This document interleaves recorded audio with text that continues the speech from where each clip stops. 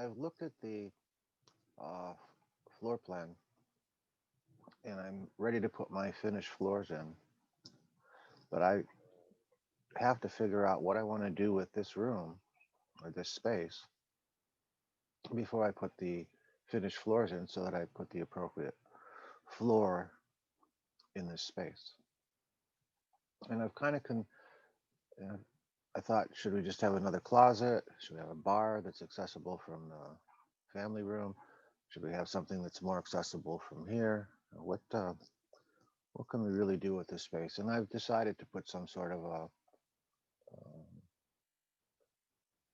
just sort of a kind of a bar, which would be nice to have a microwave and a refrigerator drawer underneath a countertop here, and maybe a pass through here. So for whatever reason you wanted to come in here and uh, do something, or more likely you'd want to come from here while you're watching TV or doing something in the family room, pop some microwave popcorn in the microwave, maybe grab a soda or a cold water or something. So, and then I thought, well, you're having a big party and maybe you'd have a bartender, and this could be a bar that's accessible from here.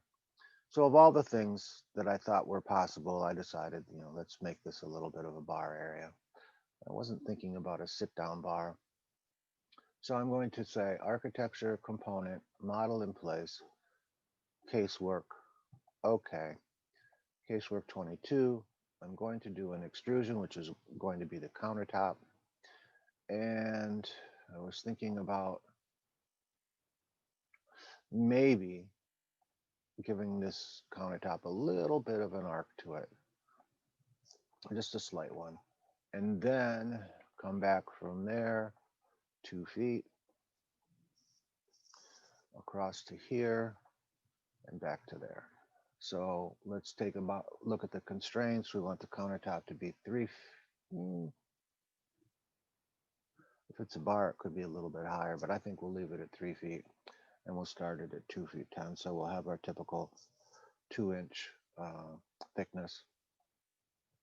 Change the material back to tile.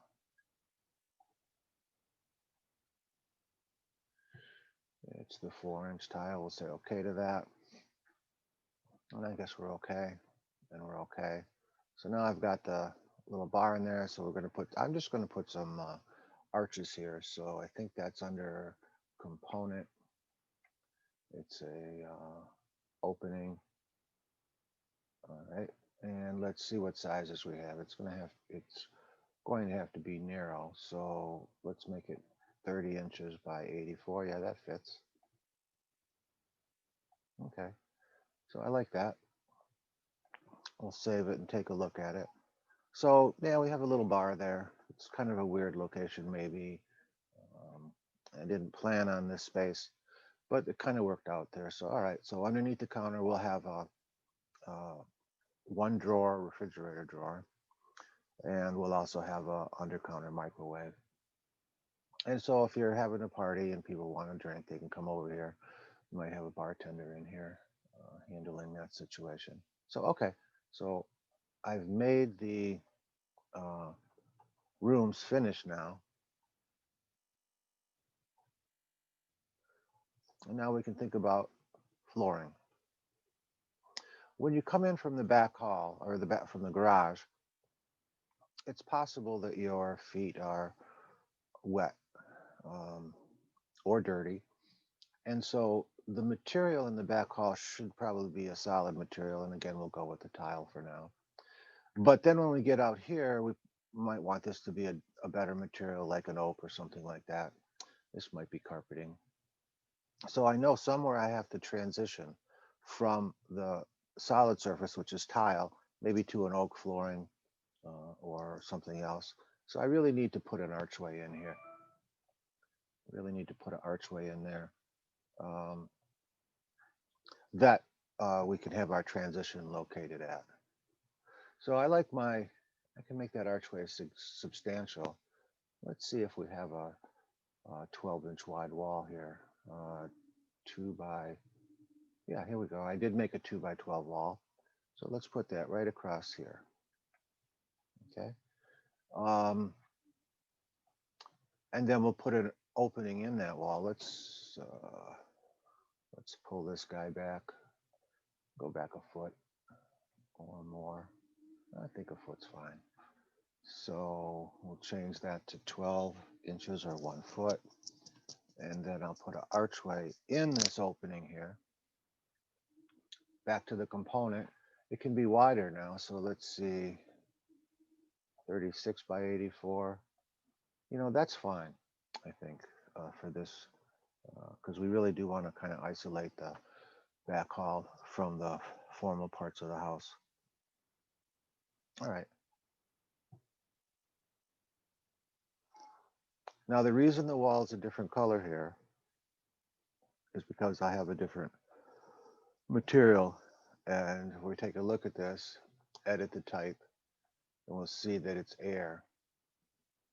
Um, so just for consistency, let's change that back to softwood lumber.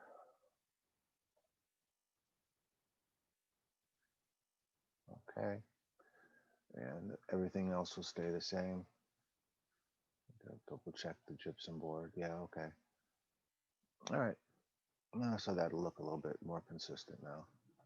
All right. So now it's time to start putting in the finished floors. So as I said, we probably want some sort of tile back here. It's going to be weird because it's probably going to be the same tile as this. So it'll be hard to differentiate. But all right, let's do it. So architecture, floor. What kind of floor do we want? We want it to be tile, and I don't see it. So we'll edit the type, duplicate it. We'll call it tile. We'll say okay. And then we'll change the material to tile, T-I-L-E. And we'll still use the same. Yeah, because remember, I'm going to change the countertops eventually. All right, so that's good. You know, tile isn't glued to the subfloor. We should really insert another material, and we'll make this substrate, and we'll make it, well, we'll say concrete. It's some sort of a mud base, and yeah, that's okay. And we'll make that 3/4 of an inch thick as well. I got 2 inches in there, 2-inch symbols. All right, what I forgot to do though was move it. So if we take a look at it here, the tile should be on the top. So I'm going to bring this down one. Okay, so this is much more realistic now, truthfully. So 3/4 and 3/4 is 1.5 inches. So that's the thickness of the material and how much above the subfloor I want it to be. And now it's just time to outline where it goes. So tile goes in after the gypsum board is put on. So it will not go beyond the gypsum board in terms of the perimeter.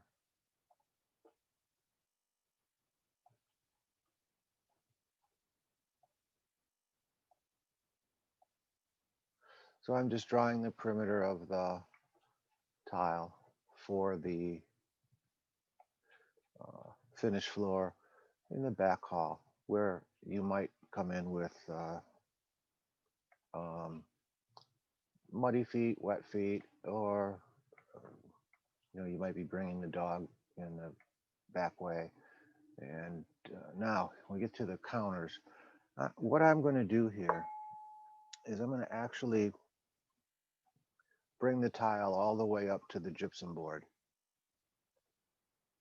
Now, it's an additional expense in material, but somewhere down the road, you or the new purchaser of your house may decide that they want to make a change. And they would be happy to, when they took off the cabinets in the countertop to see that the material went all the way to the wall. So if they wanted to put, say, a floating vanity in the area, that the finished material would be all the way through. So that's a bit unique. You probably wouldn't actually do that in most cases, but in this case, I'm going to do it. And there now you can see the tiles there. Makes it difficult to see the countertops, but let's take a look at what we did here. I'll go to this section. And what I've done here is I've put the mud base and the tile in there. Okay, so that would be the actual height of the material because it has the mud base in there that the tile would be put on top of. So back to the floor plan. Let's take a look and save it while we're doing it. And so that looks good. Where else might we want tile? I don't see any place, so that's the only place we're going to have tile. Now let's think about the other flooring. Well, we might carpet this area. Let's assume we're going to do that. And then I'm just going to put oak every place else. So architecture tab, over to floor. Let's see if we have oak available here. I don't see it. So what do? Edit the type, duplicate it. We'll call it oak. And we'll say okay. And we'll change the material to oak. 3/4 is a good thickness for that. Let's see. This is the guy we want to change is the finish. And I'll type oak. And I got a nice oak flooring. We don't need the substrate anymore for the oak. It fastens itself right to the plywood. So we'll say okay to that. And we'll say okay to that. And we'll draw our perimeter. And so we'll take the oak through here.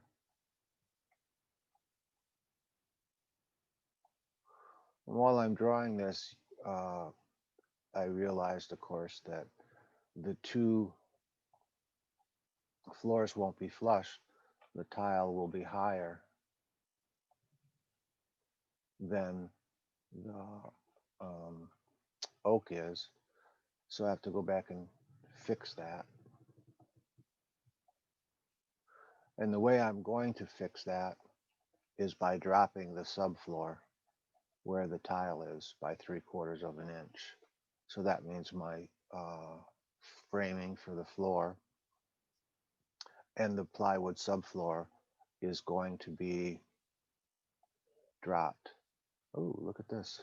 See, when you start putting in details, we get a chance to see that there's a problem here. And the solution is I'm going to thicken that wall up. So I'll bring my oak to here and come back and have to thicken that wall up a little bit, I believe. And the oak, for now, again, I'm not sure on the way that this is going to play out. So I'll use pick line right here just to pick this arc. I have some cleanup to do here. Let's clean this guy up. Pick him. And all right, I got an error message there. So I'll come back and fix that after. That doesn't quite line up, so let's fix that now before I forget about it. Okay, that looks good. Simple fix real there. And that line went too far, so I'll have to come across and remember that that needs to be fixed.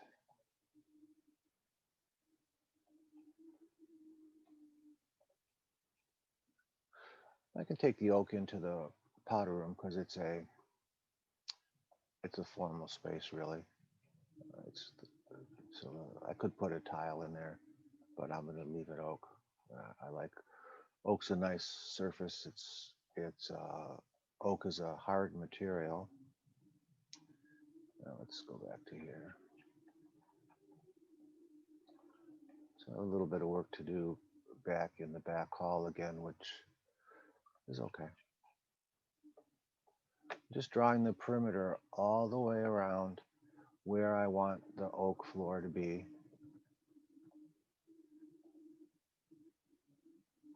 And I'll take it into the closet. Because when you open the doors to the closet, you want the floor to flow through.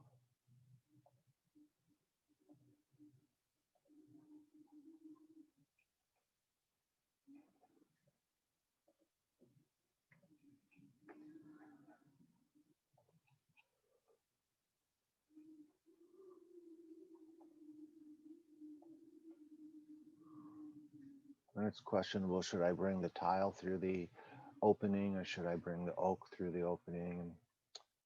I'll bring in the oak in this case. And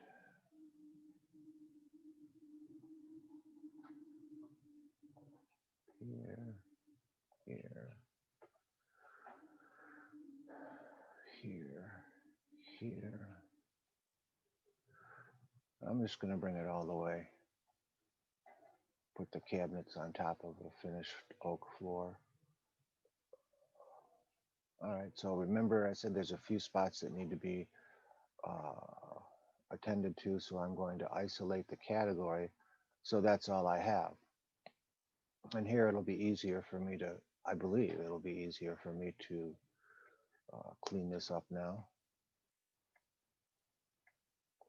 And my belief was totally incorrect for some reason.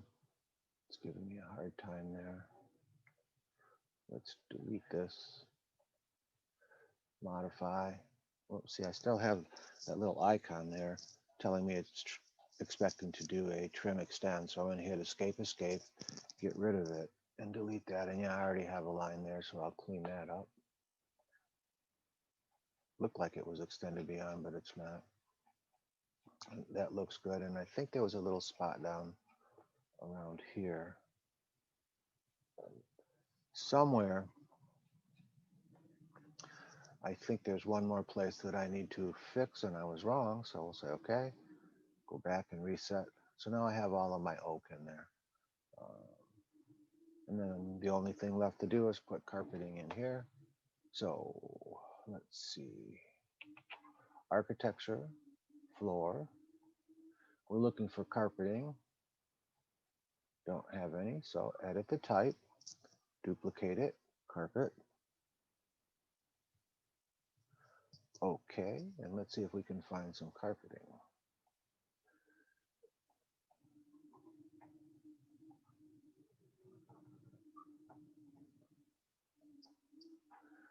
Ooh, yeah, we have some there, but let's go with what choices do we have here? Berber looks good, but I don't want any pattern in there. All right, we'll just say light gray. Double click that. I'm going to add that by hitting this little line that add it up to my library as an option. I'm going to say okay to that, and we'll leave it at 3/4 because there's really a pad underneath it too. And now let's draw the perimeter where the carpeting is going to go using the rectangle to make it quick and easy. It should be 3/4 of an inch above, and we'll say okay to that. And there's my carpeting. That's a little dark there, but okay. So I think if we select this, I noticed that the height of that should only be 3/4 of an inch. I saw that when I looked at the carpeting height. So I'll change my carpeting to the right height. And then I'm going to stop here. Here's my flooring. But what I want to do is come back in, and in the next tutorial, I'll show how to drop the floor here for the tile.